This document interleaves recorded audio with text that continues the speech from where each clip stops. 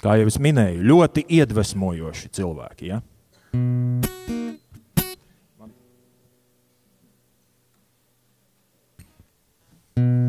Man ir pierakstīts, kā regējs šitais ir, ja? Ļoti saulaini, piestāv smiltīm, tiem, kas tur sēž aizmugurē, ir pludmalis sajūta, ja? Ideāli. Ja gribi iet ātri, labākai viens. Ja gribi tikt tālu, iesim kopā. Un vienmēr turi optimismu savā somā. Ar aplausiem, jāsākam jau aplaudēt. Un uz skatuves aicinām Inga Putāne, Pateks Isolation klientu vadītāja ar 13 gadu pieredzi inovatīvā, strauji augošā, eksportējošā ražošanas uzņēmumā. Aplausi drīkst turpināties. Iespējams, ka tā pults strādā citreiz un citreiz nē. Tāpēc, ja pēkšņi Inga sāk dusmīgi skatīties, tad tas nozīmē, ka nestrādā. Ja? Inga droši vien dusmīgi neskatīsies. Tas nav mans. Un labdien, mani sauc Inga Putene. Un jāsaka, ka Miks nozaga vienu daļu no maniem slaidiem īstenībā. Jo šīs prezentācijas tapšanas laikā es nonācu pie šī teiciena, kas man kādu laiku jau bija galvā, bet ja man jāraksturo uzņēmums, kurā es strādāju, Pateks Insulation, tad tieši šis bija tas, kas man nāca pirmais prātā. Un tagad šis nebija manā plānā un manā sarakstiņā, un es droši vien tagad satraukusies atkal jaukšos, jo tam bija jābūt vēlāk. Bet tieši šis teiciens ir tas, kurš raksturo manu uzņēmuma vadības stilu. Mana vadība, Juris Volkops, Andrēs Švionteks, ir jauni cilvēki ar jaudīgu, mērķtiecīgu skatījumu uz dzīvi, ļoti atvērti savu darbinieku idejām. Un tāpēc man likās, ka šis īstenībā tas ir afrikāņu teiciens, nes kāpēc. Es biju izdomājis, ka viņi dodās kopā bariņā, lai drošāk. Un es esmu ļoti priecīga par to, ka es strādāju uzņēmumā, par kuru es šodien jums stāstīšu. Atgādinu, ka stāstīšu arī no savas perspektīvas, no savas pieredzes, līdz ar to varbūt kaut kur mums domas nesakritīs, bet ņemat par labu to, ko es esmu pieredzējusi un ko es vēlos nodot jums. Tātad es esmu valmieriete, pabeigusi Valmieras ģimnāziju, kas interesanti augstskolā mācījos starptautiskās attiecības, kas ir politikas zinātne un pilnīgi nekāda sakara ne ar ražošanas uzņēmumu, ne ar eksportu. Tāpēc šis varētu būt viens mans ieteikums. Jums nav jāsatraucās, ko jūs mācaties, ko jūs izvēlaties. Viss ir tas, kas jums ir jūsu sirdī, jūsu vēlēšanās uz attīstību. Tālāk man ceļa veda maģistratūru, mācījos projektu vadību un esmu iesākusi, un tāpēc sevi sauc kādreiz par mūžīgo studentu, jo diemžēl neesmu vēl pabeigusi Rīgas Tehniskās universitātes produktu dizainu un attīstību. Bet tas ir mans mājasdarbs un mans mērķis attīstībai. Bet kopumā tātad es esmu mamma 2 superīgiem jauniešiem nu jau. Man ir foršs atbalstošs vīrs, māsa, brāļi, vecāki. Esmu draugs un esmu ārpus darba savā brīvajā laikā. Esmu sabiedriski aktīva Valmieras futbola kluba jauniešu akadēmijas nesportiskās daļas organizācijas vadītāja. Un visbeidzot, kāpēc es šeit esmu uzaicināta, esmu 13 gadus uzņēmumā Pateks Insulation. Tātad uzņēmums Pateks Insulation dibināts ir 2003. gadā, mums jau 22 gadi. Jau sākotnēji uzņēmums ir dibināts ar domu eksportēt, un jāsaka, ka esmu daudzās citās publiskās uzstāšanās dzirdējuši šos veiksmes stāstus, kā šobrīd lielie slavenie uzņēmumi ir attīstījušies no garāžas. Un, ziniet, mums bija tāpat mūsu vadītājs Juris ar pāris cilvēkiem savu ikdienas darbu, tā skaitā visu to ražošanas procesu, uzsāka garažā.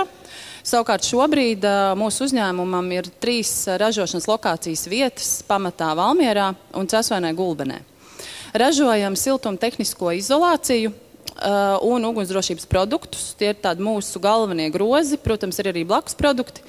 Un kas ir šī mūsu uzņēmuma specifika, ka visi šie produkti tiek ražoti šujot.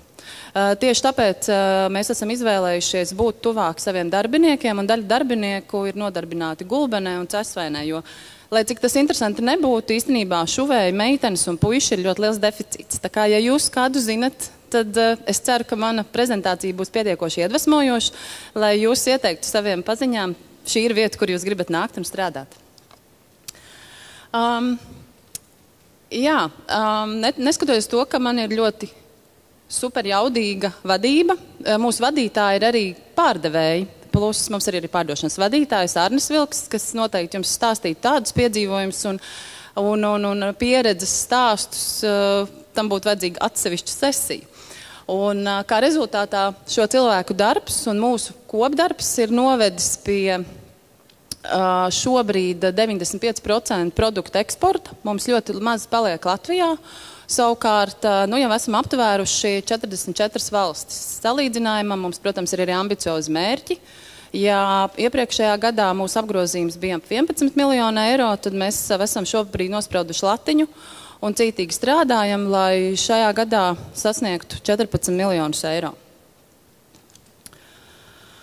Tātad portfolio neliels, lai jums būtu ieskats, īstenībā pie sevis domāju, mājās stāstīju bērniem, kā lai labāk izstāst cilvēkiem, kas ikdienā varbūt nav tieši saistīti ar tehnisko izolāciju, kā labāk izstāstīt. Principā mūsu produkti ir ļoti grūti paskaidrot. Tāpēc šeit ir neliels uzskats materiāls. Tātad mūsu nozars, kur mēs strādājam, ir mašīnu būve, kuģu būve, enerģētikas ražošanas sektors un ugunsdrošība. Ja jums būtu kādreiz jāpadomā, ko tur pateiks produktu, kur var likt, tad man pašai tas ir ļoti interesanti, ka mūsu ražotnē šie produkti, tādas jaciņas, matracīši, kas tiek krāmēti čupās, bet tad, kad aizbraucam uz izstādēm, ko mēs darām ļoti bieži, vadītāji saka, Nacinga, paskaties, kā tas tagad izskatās dabā. Un ziniet, ļoti interesanti, piemēram, bilde, kas ir zem oriģināla aprīkojuma ražošanas, to nofotografēja vienā izstādē mans vadītājs Juris, un tas ir no JCB traktora, un tieši šī izolācija ir mūsu ražojums. Un ziniet, kā to var pateikt? Mums ir specifisks diegi, specifisks atzīmes, pēc kā mēs nosakam, ka tas ir mūsu produkts. Protams, visi citi to nepateiks, bet mēs zinām. Tvaika gāzes turbīna izolācija, ļoti specifiski produkti, tas ir ļoti lieliem enerģijas ražošanas sektoru objektiem. Izolācija mašīnu būvē, šīs mazās baltās, varbūt jums neko neizsakošās detaļiņas, ir tādos slavenos automašīnu ražotāju automobīļos kā Audi, Volkswagen, Porsche. Šie visi materiāli iztur ļoti augstu karstumu un izolē šo karstumu no apkārtējās vides, tātad energoefektīvi. Kur mēs esam cēlonlauži šobrīd, tas ir ugunsdrošības produkts, jo jau gadus 7 attīstam ugunsdzēsības pārklājus. Principā ugunsdzēsības pārklāja kā tāda ir mūsu pirmais produkts, taču šo 7 gadu laikā esam attīstījuši specifisku produktu tieši litija-jona produktu saturošiem, litija-jona bateriju saturošiem produktiem, lai slāpētu uguni ugunsgrēka gadījumā. Jo varbūt kāds jau zina, litija-jona baterija specifika ir tāda, ka bateriju nodzēst nevar ar mūsu ikdienā pieejamiem ugunsdzēsības aparātiem. Ne ūdens, ne putas, ne pulveris jums nepalīdzēs. Un tad mūsu inovatīvā ideja ir šie pārklāji, kurus mēs esam 24. gada oktobrī arī certificējuši Eiropas līmenī. Un viņš strādā tā, ka, teiksim, ja ir sācies ugunsgrēks, tad pārklājot šo pārklāju, mēs nobloķējam skābekļu pieeju, un tā mēs lokalizējam šo ugunsgrēku. Un pieredze, mūsu inovatīvie risinājumi, kompetence un kvalitāte ir tās mūsu pamatvērtības, ko ir novērtējuši arī mūsu klienti. Šeit, protams, ir tikai daļa no klientiem, ar kuriem mēs strādājam, un esmu ielikusi varbūt tādus zināmākos sabiedrībā, bet tie nebūtu nav visi, un katram klientam apakšā vēl ir apakšklienti, kas varbūt kā lai saka, tagad jau noklausoties pirmā lektora runas, saprotu, mums jau daudzas lietas ir līdzīgas un sektori ir vieni, un mēs pat neesam konkurenti. Tāpēc varbūt tas, kas uz mums neatiecās, varbūt jums tas kaut kur nodara. Tāpēc nekad nevajag baidīties uzrunāt potenciālos tirgus un mēģināt attīstīt savu produktu, mēģināt pastāstīt vairāk par savu produktu. Nu, lūk, te ir arī tas, ko Mikls jau nodziedāja. Bet es jau tā kā paskaidroju, kāpēc es šādu teicienu biju izvēlējusies un novēlu katram tādus kolēģus un tādu vadību, kā ir man. Un manai prezentācijai tā doma par tām varbūt aizkulisēm, man nav tāda ēnas pušu, jo visas lietas ir izrunājums, tāpēc nav tādas negācijas, lai es teiktu, kad ir garoziņa. Garoziņa varbūt ir tā, ko neredz visi, kas ir organizējuši pasākums, visi, kas ir vadījuši lietas, zina, ka tā ir, ka mēs esam šeit uz skatuves, viss ir skaisti, kad pasākums ir noorganizēts, visi malko kafiju, ūdeni, viss ir skaisti, bet tas tomēr ir prasījis kādu darbu. Tāpēc es nedaudz pastāstīšu savu ceļu Pateksā, kuru es sāku 2012. gadā. Juris meklēja cilvēku, jo automotīva industrijā bija nepieciešami jau vispār sadarbībai uz ārpasauli. Viņi vēlas, un tas ir svarīgi, ka uzņēmums strādā pēc noteiktiem kvalitātes standartiem. Un mans uzdevums bija uzņēmumā ieviest un sagatavot ISO. Tad 2013. gadā mēs ieviesām ISO. Vēlāk tiku novērtēta un man tika uzticēta iepirkuma veikšana uzņēmumā, kas man ļoti palīdzēja vispār izprast izējmateriālu tehniskās īpašības un specifikācijas. Un gribu teikt, ka kļuvu gudrāka lietās, par kurām līdz tam es varbūt pat nebiju spējīga runāt. Un jau 19. gadā uzņēmumam pievienojās mūsu otrs vadītājs Andrēs Šviontek un puiši izlēma un piedāvāja man paplašināt manas perspektīvas, pievienoties pārdošanas daļai. Nu, un tad šobrīd es daru to darbu, ar kādu es tiku pieteikta. Esmu klienta attiecību vadītāja un vadības asistente. Nu, un kāda tad ir mana ikdiena? Nu, šeit mēģināju tā lielos vilcienos, un skaidrs, ka ir liels papīra darbs, jo tad, kad pārdevēji ir intensīvi izskrējuši pasauli un ir tikušies ar klientiem un noslēgti ir darījumi, tad es un man ir lieliska kolēģi Ieva, kurus mēs abas kopā veicam šo saucamo back office, tā kā mājas darbu, ikdienā uzturēt šīs attiecības ar klientiem, piedāvāt viņiem dažādus risinājumus, atbildēt uz viņu jautājumiem. Mums uzņēmuma specifika ir tāda, ka pilnīgi viss cikls paliek mājās, mēs viņu saucam tā kā in-house, jo mums ir 7 projektētāji, kas veic dizaina izstrādi, ja klientam nav ne jausmas, ko viņam vajag, vai viņš zina, ko viņam vajag, un viņam nav ne jausmas, kā tas izskatīsies un kur tas būs. Mūsu puiši var aizbraukt, viņi veic mērījumus, viņi sagatavo 2-3D modeļus, mēs saskaņojam ar klientu, un tad tas ir tas darbs pēcāk, ko mēs darām ar manu kolēģi Ievu, ka mēs saskaņojam ar klientu visas tās specifiskās lietas par saņemšanu, nosūtīšanu un tālāk nododam uz ražošanu. Ražošana saražo, nosūtam, un atkal mums ir 2 varianti. Mūsu projektētāji sagatavo ļoti specifiskus tehniskus rasējumus, lai klients pats var strādāt ar šo izolāciju un saviem produktiem, un viņš vairs nebūtu atkarīgs no mums, kā arī mēs piedāvājam šo servisu, ka mēs to izdaram viņu vietā, plus nodrošinam arī garantiju savai izolācijai, lai tas būtu arī ilgtspējīgi. Tāpat manu ikdienas darbos ietilpst jā, te gan jāpiemetina īstenībā, ka jūs jau noteikti zinat, mazu vidēju uzņēmumu plus un mīnus varbūt arī reizēm ir, ka viens cilvēks dara vairākas lietas. Kas ir forši, jo, lai nav tie anekdotē, ka priekšnieki ir vairāk kā to darītāji. Mūsu uzņēmuma vadības stils ir tāds, ka mēs ieguldam ražošanā, un administrācijas daļa ir mazāka. Protams, kad samērīga. Nu, lūk, un tad es esmu joprojām tandēmā ar savu kolēģi Ievu.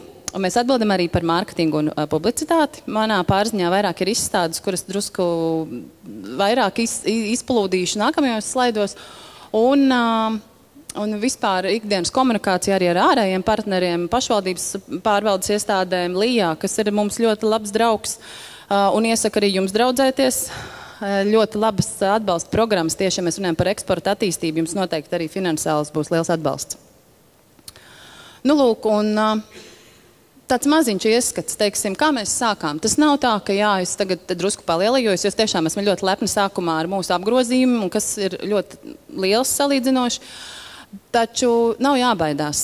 Jebkurš uzņēmums var sevi parādīt, un es domāju, ka arī savā ziņā mūsu veiksmes stāsts, ja mēs runājam par jauniem produktiem, kas ir šī ugunsdrošības, tie litiji pārklāji, izolācijā inovitāšu nav. Tur ir ja viss skaidri jau zināms, tur ir daudz pieredzējuši, kā lai saka, standartizētas lietas.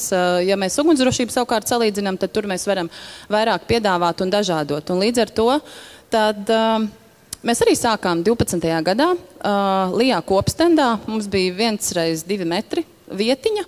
Jūs redzat, es stāvu tur pie tāda panelīša, un man pa labi ir nākošais, jo panelīts jau bija nākošais uzņēmums. Un, ziniet, nebija tik slikti, jo tā galvenā doma ir šos pasākumus apmeklēt ar jēgu un izmantot katru doto laiku. Kas svarīgi un kāds ir, piemēram, varbūt tā ēnas puse. Man tuvinieki kādreiz saka, wow, tu brauks tur un tur, tu visu kaut ko tur redzēsi, bet nē, es neko neredzu. Jo ir no lidosts ir viesnīca, no viesnīcas ir izstāžu zāle, tur mēs iekārtojamies. To vakarā vienkārši vairs nav spēka. Kādreiz pat pavilk kājas, tu atgriezies viesnīcā un nākamajā dienā to jābūt smukiem, ir vismaz jāizskatās smuki stendā. Un tāpēc mums tagad jau ir bijuši braucieni uz Ameriku vairākus gadus pēc kārtas, tāpat Eiropā, Vācija. Šobrīd man kolēģi ir Japānā, arī izmantojām iespēju kopā ar Lijā, piedalījāmies tirdzniecības misijā. Un efektivitātes un ekonomisku apsvērumu dēļ, lai šis viss būtu izdevīgāk, šo braucienu man vadītāji arī plāno ar klientu apmeklēšanu, lai tas nebūtu jādara speciāli. Un maija beigās no 28. līdz 30. maijam mums ir Dienvidkorejā izstāde.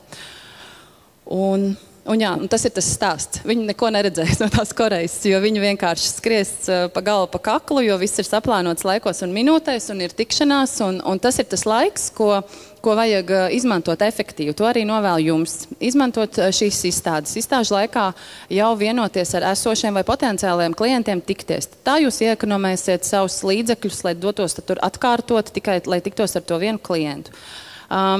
Izstādēs jūs varat piesaistīt daudz jaunus klientus. Kā jau es teicu, šobrīd arī Lijā ir programma, kur jūs varat piesaistīt līdzfinansēm ļoti izdevīgi. Un nevienmēr vajag tos stendus lielus un grandiozus. Mēs sākām, kā es teicu, ar 2 kvadrātmetriem. Mēs šobrīd jau ņemam stendus, kas ir ap 36. Un nevajag arī lielas instalācijas un tādas lietas. Vai kreatīvi domāt. Mums ir ļoti daudz mobīli saliekami stendi, kur, piemēram, tāds mikls gan ir. Jūs vairākos stendos jūs nemaz nepamanītu, ka īstenībā tie ir saliekami stendi, ko mēs pat reizēm vedam koferos līdzi. Un kas vēl ir svarīgi, es parasti uz šīm izstādēm braucu kopā ar vadītājiem, un vadītāji ir man lielākie palīgi. Mēs nekad neņemam nomas cilvēkus, kas mums palīdz to darīt. Mēs atrodam rokas, un mēs paši to daram. Un tāpēc tas ir vissvarīgākais punkts, ka jūsu komanda ir viena otru atbalstoša un atklāta. Un dienas beigās tad tas viss ļoti labi strādā. Un kas vēl svarīgi, es jau sākumā sāku, kas tikai es neesmu mamma un māsa un meita, bet tad, kad es sāku strādāt Pateksā, bērni bija mazi, un mans lielākais atbalsts bija mans vīrs, kas visām manām aktivitātēm, jo es vienmēr visiem visu apsolu un visu sarunāju, viss ir baigi forši. Bet dienas beigās es aizbraucu komandējumā, un ar visiem maniem solījumiem paliek mans vīrs, un tāpēc viņš ir mans liels atbalsts, mani vecāki, kas pieskata bērnus slimības laikā, viņus izņem. Tagad mani jaunieši, jūs redzat, gandrīz ir pārauguši mani, es ar viņiem ļoti lepojos. Tagad manus solījumus citiem un uz suņu pastaigas pārņem mani bērni, bet tā doma, ko es jums gribu teikt, ka ģimene ir vissvarīgākā, liekat vienmēr to pirmajā vietā, lai cik jūs ļoti mīlētu savu darbu, un es savu darbu tiešām mīlu. Un tikai kopā tas strādā. Ja mājās ir miers, tad jums vienmēr būs miers arī darbā, un jūs spēsiet sevi pilnveidot un attīstīt un izlikt labāko no sevis, ko jūs varat. Un tā es atkal lielos, es dabūju atzinības rakstu par savu ieguldījumu. Tie ir mani vadītāji Juris un Andrē. Un šis teiciens tiešām nāca man pretī prezentācijas sagatavošanas laikā, un es gribētu teikt, ka tas īstenībā ļoti raksturo mani. Es esmu ļoti liela sapņotāja, un dienas beigās tos sapņus mēs īstenībā varam arī realizēt kā plānus, jo jebkuri jūsu vai mani sapņi realizējās dienas beigās kā mērķi, un novēlu jums sapņot un šos sapņus realizēt. Tā kā es ceru, ka es devu jums kādu mazu ieskatu. Paldies!